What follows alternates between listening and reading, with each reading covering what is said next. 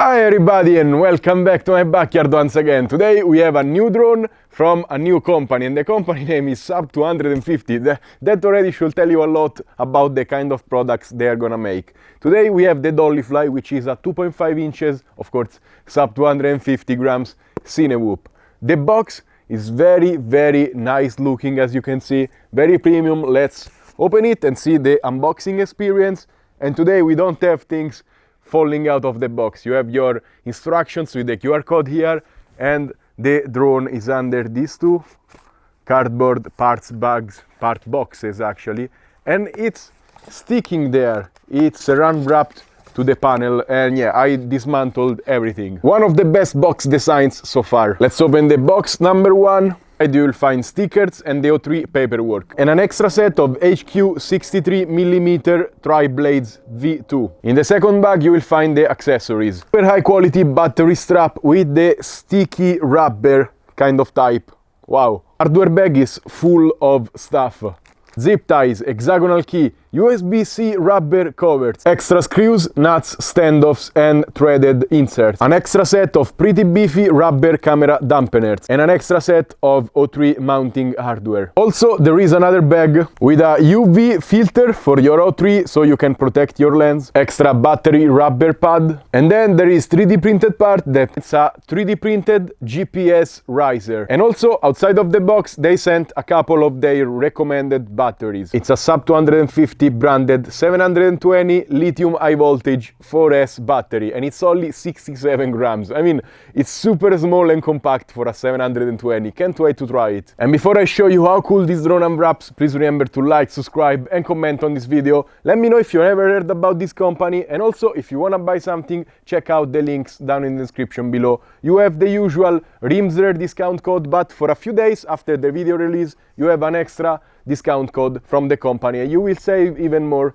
So thank you so much, let's go. And I was gonna grab my scalpel, but all you need to do is open the flaps and the plastic releases the tension on the drone so you can remove it. I mean, very clever box. And boom, this is the drone. Let's open the antenna. It has a super cool swiveling mechanism. It's made of MJF PA12, this part and this front part right here. This is TPU, normal 3D printed, and the bottom part is PLA. This is not structural, it's just aesthetic. And the rest of the drone is made of carbon fiber. The bottom plate is 2.5mm thick, very high quality carbon, and the top plate is 2mm. That's all. If you break a duct here, you need to replace the whole bottom plate basically. And this is the first time I've seen the O3 camera mounted this way. Not only the camera, but the whole VTX has been soft mounted, and it's mounted vertically inside the front of the drone. You can see the bind button with the vents here and the USB port with the micro SD with super easy access down there. It has 4 soft mounts, 2 at the front and 2 at the bottom right here. So should have no jello whatsoever. In the front you have this door you can remove to expose the mounting pattern for the camera mount. It will hold a naked GoPro, stuff like that, or the GPS tower. I guess the GPS towers are in fashion this year. This is the second drone that has this kind of unicorn style. Talking about specs, it is 120mm motor to motor and 180 grams, which is not the lightest I've seen so far. I expected lighter from a company called Sub 250, but I mean, with the 720 they recommend it is 245 grams, so you can probably still put the GPS in the front. The motors are Sub 250 branded 1404 4500 kV. They look nice and they have arc magnets, and it's a very nice feeling notchy motor. I guess they are high quality. And the flight controller is a A3, first time with this processor, 35 amps ESCs all in one, and it's made by Sub 250 as well. Also super cool, it has the USB port and the boot button at the back, so you don't have to dig into your drone for looking for the port. And boom, it's finally time to fly. I put the recommended battery, it sits super flush in there, it's full of sticky stuff, so it doesn't move at all, and it's incredibly flush with the design of the drone.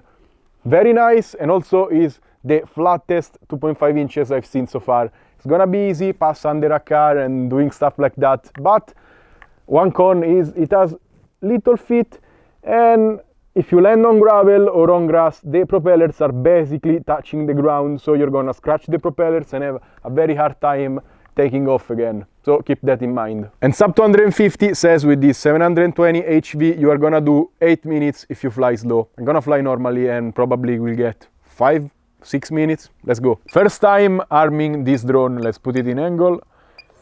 Whoa, whoa, Max. It's powerful. I didn't expect it to be like this, but actually is maybe the HV side of the battery doing this. Sounds clean, not super silent, but maybe lately I've been used to smaller drones, so the 2.5 inches seems a little bit noisier. Let's put it in acro. Flies stable. Okay, let's bring it closer. Doesn't seem to have any kind of jello so far. Doesn't have an incredible max speed, I have to say. All the OSD elements are back there because, okay, fly smooth. I have to say, I moved the OSD elements because some companies don't program them for the HD video, so I have them outside of my goggles view. Even if I had it in 16:9 and you see I have it in 4/3, it's the same. They are outside of my view. What, is that a bird? No. So far flies pretty stable. Sounds clean. It's a nice day. Not too much wind. Like a super little breeze, almost non-existent. And this drone, I feel like I have a ton of control with the stock settings. Yeah, I said I have a ton of control, but okay. Whoa. I need to put some expo again. My thumbs. Up. Yeah. Fly is pretty good. What did you expect? It's all made of carbon, there is no plastic.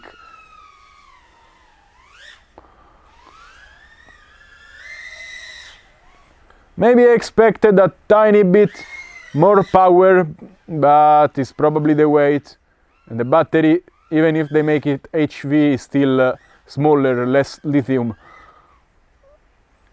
It's just the chemistry that's different. But as you can see, I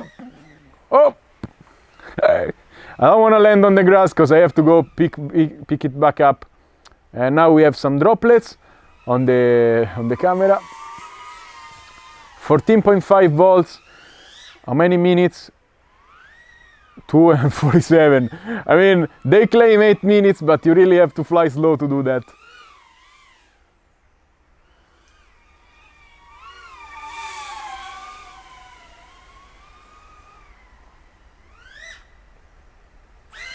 I don't know what I'm doing.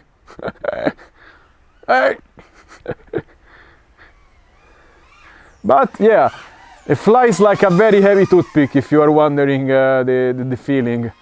I mean, this drone, maybe if you remove the ducts, is gonna be a toothpick basically, because it's just carbon.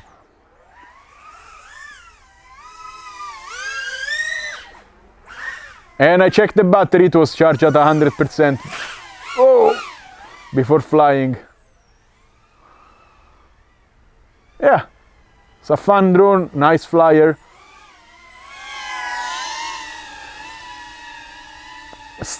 So we are at 3.6, maybe we can discharge it to 3.4 and still be safe. So let's fly a little bit slower. Let's see if there are any dogs around here. Okay, there is a dog. I'm faced the wrong way, so I have very crappy signal. Dog doesn't care at all, it's just chilling in this sun that came out this afternoon.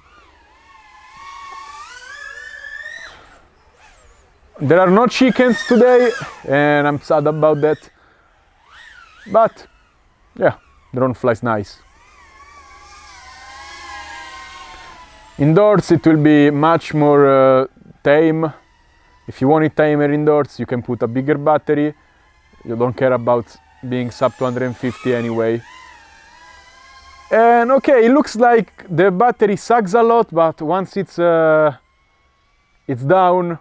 it doesn't care. I'm waiting for the 3.4 volts to land, which is still probably safe voltage. You can fly, you see, under the wires, under the camera. I mean, it's no problem. I wanna find somewhere very, very slim to fly under. You see, it's much easy. Also the table, yeah, low voltage. Oh, yeah, I am just a crappy pilot. The drone flies good. Okay, 3.10, we gotta land. Whoa, almost. 5 minutes and 30 seconds with this mixed acro and slow and steady flying. I'm very impressed. It seems like it's an efficient drone, even if it's a little bit on the chunkier side.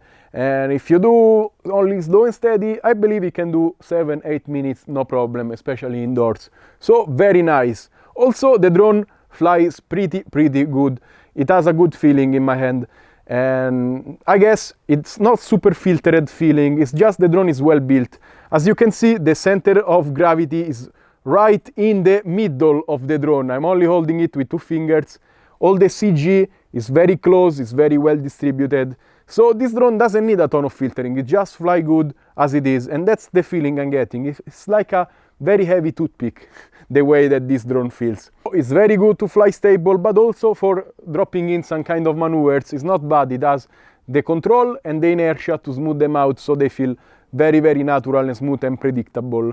And it's just, it doesn't have a ton of punch compared to the other 2.5 inches. It's still pretty good, but you have to remember to give throttle a little bit before. Also, the top speed, I didn't see a crazy top speed, but I mean, this is not the drone for going top speed. And also, one of the most important things, it doesn't seem to have any kind of jello, which is super important. Time for my final opinion about the Sub 250 DollyFly. This drone has been very well designed from the start. It has all the access, all the ports are very well reachable. You don't have to go dig into it. It has a good soft mount, no propellers in view. A lot of nice details like the swivel antenna, so when you carry it, it's flat.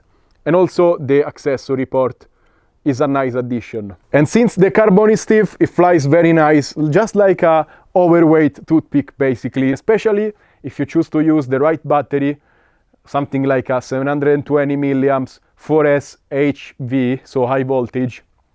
It's perfect, because they specifically designed it to carry this battery. Even if you don't want to use this battery, I recommend first using a high voltage battery and second a 65 grams max battery. Otherwise you're gonna be over 250 grams. And the weight is my only nitpick about this drone. It should be 10-15 grams lighter, so you could add bigger batteries in my opinion. And of course, forget about being sub 250 grams with a naked GoPro. It will carry it, no problem. You can add a bigger battery, but not be sub 250. So this drone is a very good choice for people who want to use the O3, have a nice experience, get the right batteries. It's a pretty nice experience with this combo. And out of curiosity, I got out these other 2 drones, and the Defender 25 is 170 grams, but the battery is heavier because it has plastic. This is 175 grams, the Cinewhoop 25 V2, and this is 180. So they are basically the same.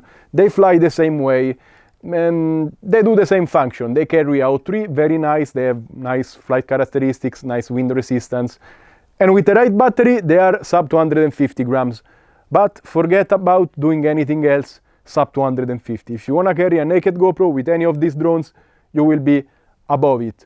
And that's my only gripe with this kind of class, because especially from a company called 250, I had my hopes up. Still pretty good drone, but I expected it to be impossibly light, like 140, 150.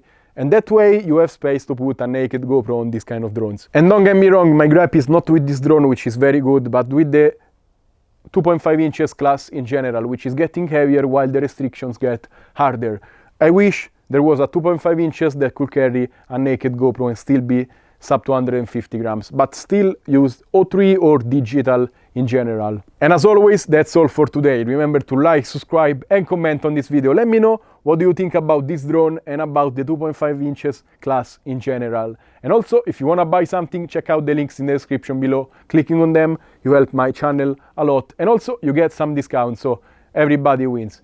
Thank you so much. Stay safe. Happy flying. Bye.